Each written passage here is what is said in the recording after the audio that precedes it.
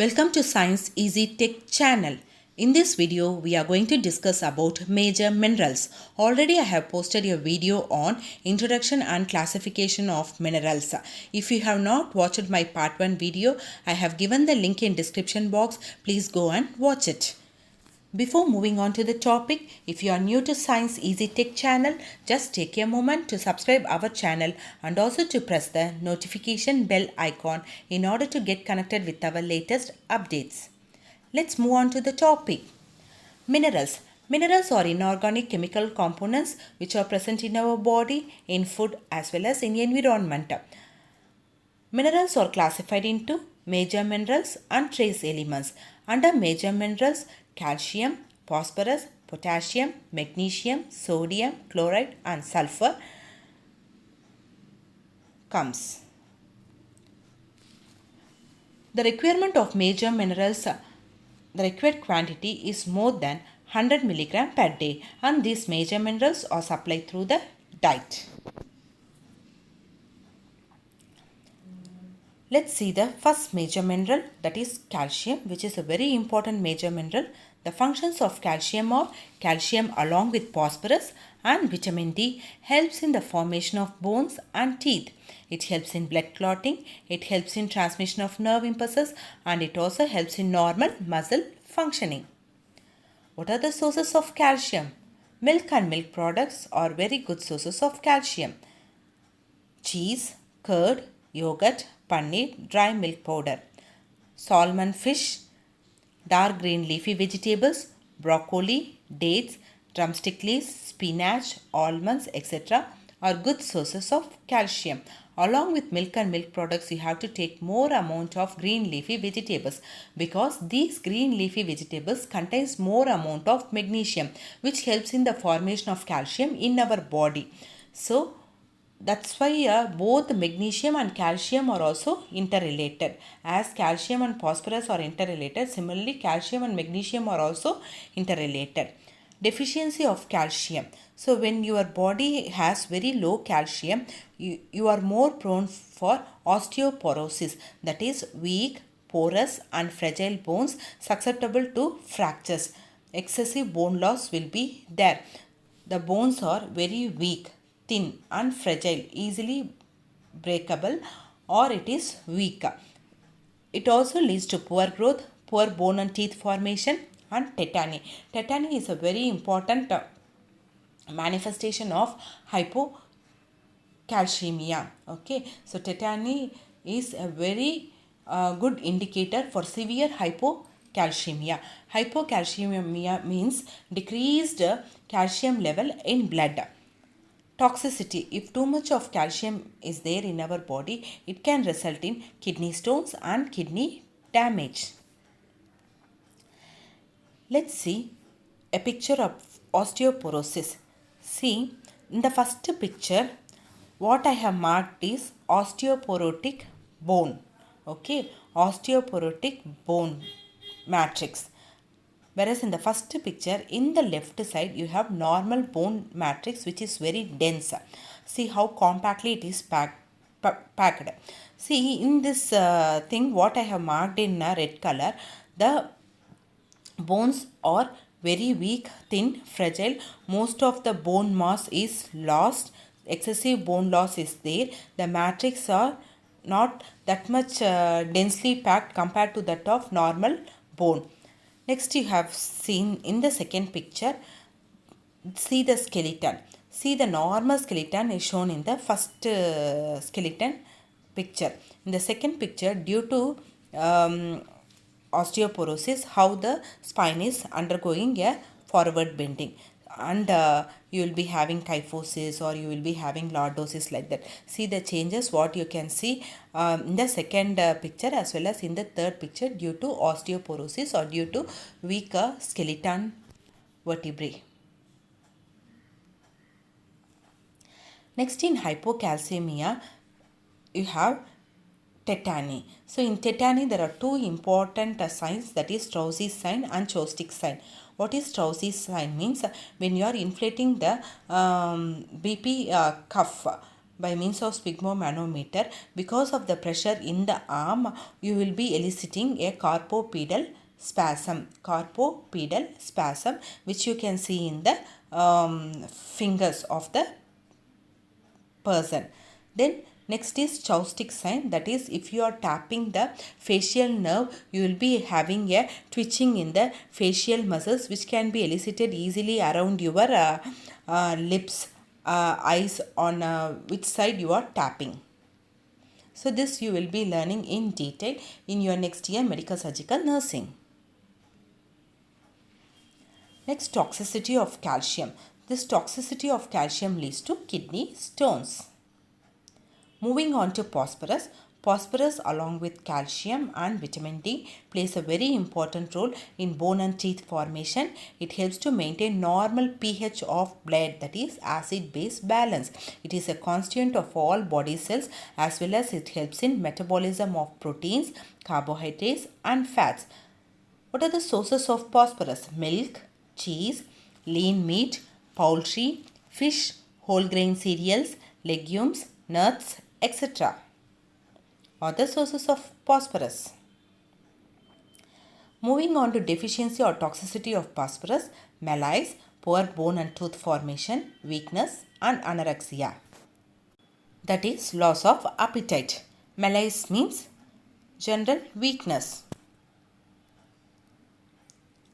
Next is magnesium. The functions of magnesium are neuromuscular functioning, that is helps in transmission of nerve impulses and muscular activities. Then it also helps in ATP synthesis. It helps in the activation of metabolic enzymes, that is the enzymes which are involved in carbohydrate, protein and fat metabolism. And it is also an important constituent of bones, muscles and RBCs.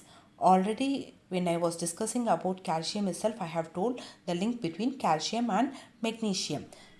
So the sources are: magnesium is present mostly in green leafy vegetables, avocado, nuts, whole grains, milk, legumes, banana, seafood, chocolate and cocoa. Deficiency of magnesium leads to many mental disorders, emotional disorders and muscular disorders.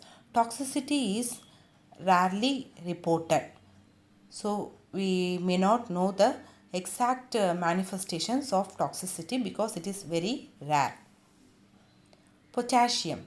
The functions of potassium are transmission of nerve impulses, muscle contraction, fluid balance, cell metabolism, regular heart rhythm. So potassium is very important for the normal rhythm of the heart. So potassium helps in transmission of nerve impulses, muscle contraction, fluid balance, cell metabolism and regular heart rhythm. What are the sources of potassium? Oranges, banana, dry fruits, milk, cereals, meat, legumes, vegetables, etc. are good sources of potassium. Oranges and banana contain more amount of potassium. Let's see the deficiency and toxicity of potassium. Deficiency is hypokalemia, that is decreased potassium content in blood, which can lead to muscle weakness, irregular heart rate and rhythm and confusion. Whereas toxicity leads to hyperkalemia, that is increased potassium content in blood. It may lead to life-threatening cardiac arrhythmias, that is irregular heart rate and rhythm. Okay, so here even if it is hypokalemia also, you will be having cardiac rate and rhythm disturbances. In hyperkalemia also you will be having cardiac arrhythmias. So let's see the ECG changes. In hypokalemia, the ECG changes are: ST segment will be depressed and prolonged. The T wave is flattened and there will be prolonged PR interval and there will be prominent U waves. So in hypokalemia there will be ST depression, flattened T waves, prolonged PR intervals and prominent U waves. Whereas in hyperkalemia you will be seeing peak T waves and sometimes the P wave will be very small or it may not be noticed. Okay. So these are the ECG changes with regard to hypokalemia and hyperkalemia. One thing what you have to keep in mind is potassium plays a very important role in maintaining heart rate and rhythm. So any disturbances, either it can be decrease in potassium or increase in potassium, both are going to lead to life-threatening complications like cardiac arrhythmias. Next, moving on to sodium. Sodium helps in transmission of nerve impulses, muscle contraction. It maintains fluid balance as well as acid-base balance. What are the sources? Sodium, chloride. For both the things, the first important source is table salt. That is the salt what we are used for cooking. Next, beef, egg, poultry, milk, cheese, soya sauce, bread, vegetables and processed foods. See, in processed foods they will be using more amount of sodium. Okay, so in order to increase the shelf life of the processed food, they will be using more amount of sodium. Even you think about pickles. See, what we are preparing, that pickles also we will be using more amount of salt. Why? Because this sodium is a preservative. Okay, so in mostly in processed foods they will be using more amount of sodium. Let's see the deficiency and toxicity of sodium. Deficiency, nausea, exhaustion, muscle cramps and hypotension, that is decrease in blood pressure. Next, moving on to toxicity, hypertension, that is increase in blood pressure, and edema. Edema is nothing but collection of fluid in the interstitial space. Next, moving on to chloride. So mostly sodium and chloride more or less interrelated. The functions are maintain fluid and electrolyte balance, maintains acid-base balance and formation of hydrochloric acid. Where you will be seeing hydrochloric acid in our body? Yes, it is seen in gastric system, that is GI system. In stomach, hydrochloric acid is secreted. Next, moving on to sources, same as I told in sodium. For both sodium and chloride, the first thing what should come into your mind is table salt. Next is seafoods. Seafoods, why seafoods means sea water is very much salty. So seafoods contain more amount of chloride. Then egg as well as milk.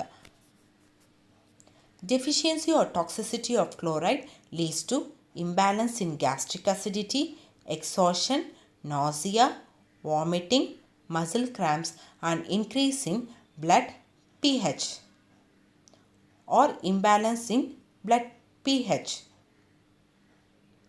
So the blood pH can be increased or the blood pH can be decreased. That is called as imbalance. Hope it's clear for you all. If you like my video, give a thumbs up by pressing the like button. Share and subscribe to Science Easy Tech channel. Even if you have any doubts also, you can post your doubts in the comment section. So, thank you friends for your patience listening. Thank you.